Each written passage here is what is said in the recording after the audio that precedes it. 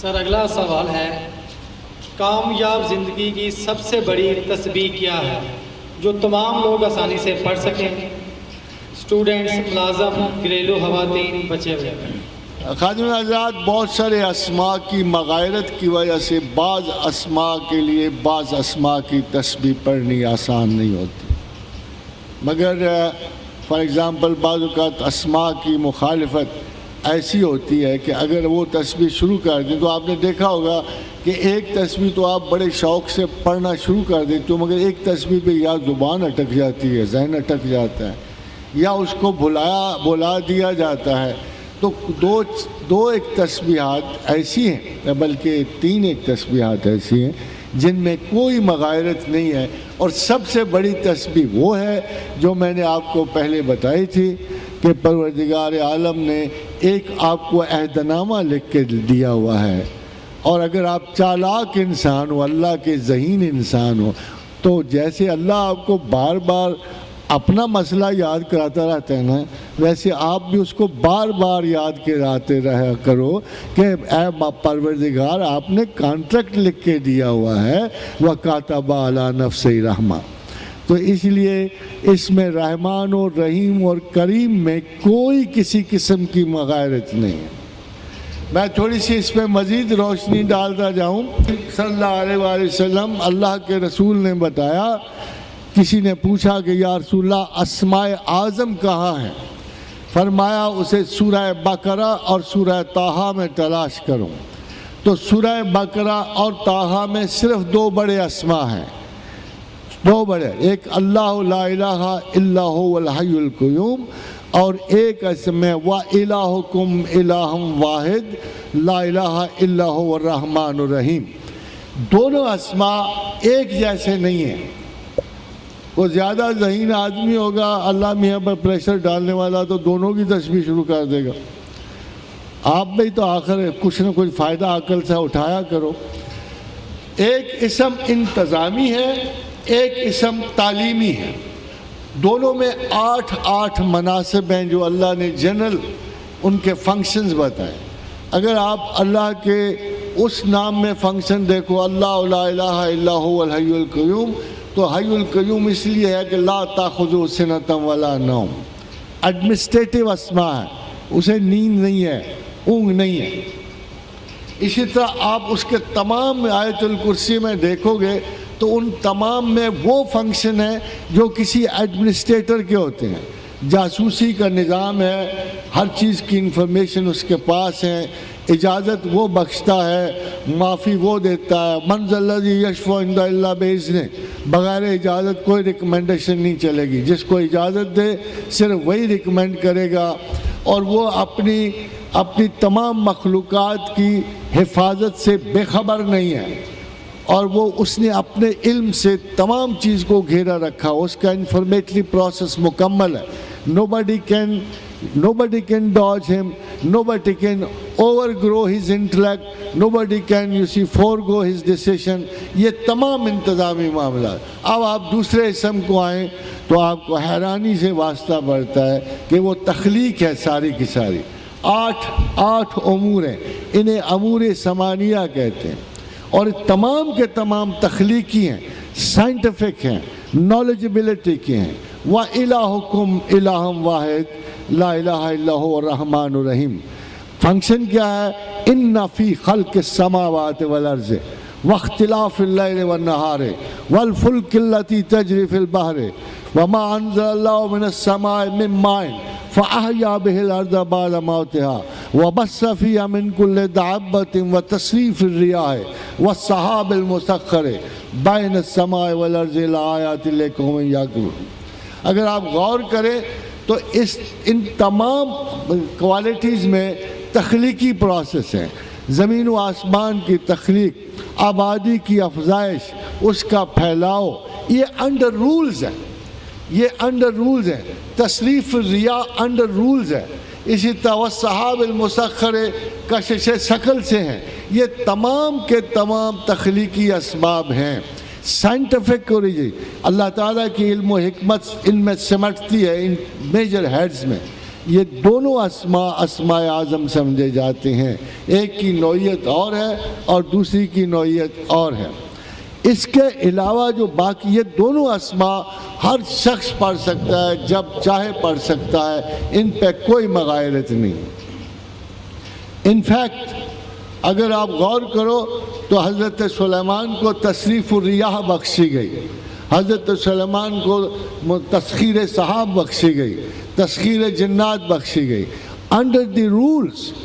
اگر تھوڑا سا آپ غور کرو تو حضرت سلیمان کو کون سا کلمہ اللہ نے عطا کیا تھا، اس کا سراغ ہمیں قرآن سے ہی ملتا ہے، اِنَّهُ مِن سُلَيْمَانَ وَإِنَّهُ بِسْمِ اللَّهِ الرَّحْمَٰنِ الرَّحِيمِ۔ یہی کلمہ تھا جو حضرت سلیمان کو عطا ہوا تھا۔ رسول اللہ صلی اللہ علیہ وسلم کا ارشاد گرامی ہے کہ میرے بھائی سلیمان کو بسم اللہ الرحمن الرحیم خصوصاً بخشی گئی اور میری امت پہ عمومیت سے عطا کی گئی۔ یہ دونوں بڑے کلمات الہیہ ہیں اور دونوں ہی کلمات افضل ترین کلمات ہیں۔ باقی اسماء جو ہیں ان کو اسسٹ کرتے ہیں، ان کی خدمت پہ آمادہ ہوتے ہیں۔ اور یہ اگر آپ میں سے کوئی بھی پڑھنا چاہے، کسی صورت میں بھی پڑھنا چاہے، تو یہ بڑے اسماء الہیہ ہیں اور ان کے لیے تو کسی کی اجازت کی بھی درکار نہیں ہوتی۔ باقی دو تسبیحات ایسی ہیں جو اللہ کے رسول کی ان کے پیچھے خاصی گہری کامنٹس موجود ہیں۔ ایک دفعہ حضرت رسول اکرم صلی اللہ علیہ وسلم جب اونٹ پہ جا رہے تھے اور حضرت ابو موسیٰ اشعری، سلیمان بن اشعث ان کے پیچھے تھے، تو آپ نے پوچھا کہ کیا پڑھ رہے ہو؟ ابو موسیٰ کیا پڑھ رہے ہو؟ فرمایا یا رسول اللہ میں لا حول ولا قوت الا باللہ پڑھ رہا ہوں۔ ہمارا ابو موسیٰ 99 مصائب اس سے دور ہوتے ہیں، 99 مصائب اس کلمہ سے دور ہوتے ہیں، اور سب سے چھوٹی مصیبت غم ہے، اور سب سے چھوٹی مصیبت غم ہے، اور اس کو سوچ سمجھ کے پڑھنا لازم ہے۔ ہم تو اسے صرف شیطان کو بھگانے کے لیے پڑھتے ہیں، مگر دراصل یہ تصوف میں اعلیٰ ترین کمٹمنٹ ہے، جب انسان اللہ سے وعدہ کرتا ہے کہ نہ میری کوئی قوت نہ میرا کوئی ارادہ، جو کچھ ہے میرے اللہ تیرا ہی ہے۔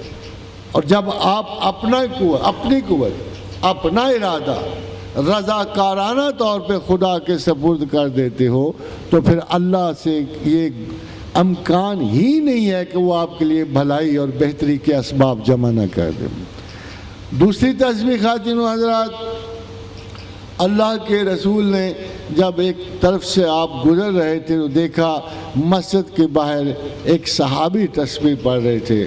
پوچھا کیا پڑھ رہے ہو؟ فرمایا یا رسول اللہ یا ذل جلال والاکرام کی تسبیح کر رہا ہوں۔ فرمایا مانگ، اس نام سے اللہ دیتا ہے، مانگ اس نام سے اللہ دیتا ہے۔ یا ذل جلال والاکرام کے اسم گرامی سے اللہ دیتا ہے۔ اجلت اگر آپ نہ کرو، 4 دن پڑھ کے غفلت نہ کرو، تو یقیناً اللہ اس نام کے عوض دیتا ہے۔ ہم جو انسان کے بارے میں اللہ نے بنیادی بات کہہ دی کہ بہت اجلت پسند ہے، یہی آپ حال استادوں کا کرتے ہو، یہی پیر و فقیروں کا کرتے ہو۔ ایک پیر فقیر سے دعا منگوائی، پوری نہیں ہوئی، اس کو چھوڑا دوسرے پیر کے پاس چلے گئے۔ آپ پروفیشنل مرید ہو چکے ہو اور وہ پروفیشنل پیر ہو چکے ہیں۔ اب چیزوں کا ثواب کہاں سے اور فائدہ کہاں سے ہو؟ اور پھر اللہ بڑی اچھی طرح جانتا ہے۔ دیکھو یہ آپ غلط گمان نہ کرنا اللہ کے بارے میں، وہ اچھی طرح جانتا۔ الا یعلم ما خلق، اس نے آپ کو بنایا ہوا ہے، اس کو اچھی طرح پتہ ہے کہ یہ ضرورت کے تحت مانگ رہے ہیں۔ For God's sake don't do one thing، خدا کو اس طرح نہ چاہو جس طرح آپ اشیاء دنیا کو چاہو۔ آپ اب سارے کام اسباب ختم کر بیٹھتے ہو، اب سوچتے ہو چلو یار کسی نے اللہ کا کہا اس کو بھی آزما کے دیکھ لیتے ہیں۔ تہجد شروع ہو جاتی ہے، داڑیاں بڑھ آتی ہیں، بدن پہ فقیرانہ کپڑے آ جاتے ہیں، 2-4 چلے شروع ہو جاتے ہیں، 15-16 مراقبات میں پڑ جاتے ہو، 1-2 سال گزرتے ہیں، پھر کہہ دو یار اللہ بھی آزما کے تک لیں۔ یہ رجحان کم از کم اللہ کو متاثر کرنے والا نہیں ہے۔ He knows what you think, He knows what you plan, He knows you right from your mind. اس لیے خدا کو کبھی بھی طاقت کے کسی حصول کے لیے مت چاہو، اللہ کی یاد اللہ کے لیے کرو۔ فاذکروا اللہ کا ذکرکم آباءکم، ایسے یاد کرو جیسے اپنے آباء و اجداد کو کرتے ہو، محبت سے، ان سے، تعلق سے۔ ہاں او شدہ ذکر، ذرا زیادہ کرو تاکہ وہ سمجھے کہ تم ہر چیز سے بڑھ کر اللہ کو چاہتے ہو۔ اللہ کبھی بھی لسر مقام نہیں ہوگا۔ میں آپ کو رب کعبہ کی قسم کھا کے کہتا ہوں، اللہ کو ذہن میں اس کا مقام دے دو، وہ اگلے دن آپ کو مل جائے گا، مگر اگر اس کے مقام کے تعین میں غلطی کرو گے تو وہ قیامت تک آپ کو نصیب نہیں ہوگا۔ کیا عجیب بات ہے کہ پہلا سانس وہ دے، آخری سانس وہ دے، ماں باپ وہ دے، کوئی نہیں چنتا ماں باپ، ہاں مال حسب نسب وہ دے، رزق وہ دے، تعلیم وہ دے، رشتے ناتے وہ دے، جاب وہ دے، عزتیں وہ دے، عمر آخر وہ دے۔ کیا عجیب بات ہے کہ سب کچھ دینے والے کو آپ سب سے نچلے مقام پہ رکھتے۔ ہندوؤں سے بدتر ہو گئے ہم، وہ بھی زندگی کے آخری حصے میں خدا کی تلاش کو لازم قرار دیتے ہیں۔ مسلمان وہ ہیں جو اپنے پہلے شعوری لمحے سے ہی خدا کو ٹاپ پرائیورٹی سمجھتا ہے۔ جو اللہ کو ترجیح اول نہیں سمجھتا وہ خدا کا سراغ نہیں پا سکتا۔ پہلے دماغ کی یہ غلطی درست کر لو، پھر دیکھو اللہ کس طرح تمہاری طرف امٹ کے آتا ہے، کیسے دعائیں قبول کرتا ہے۔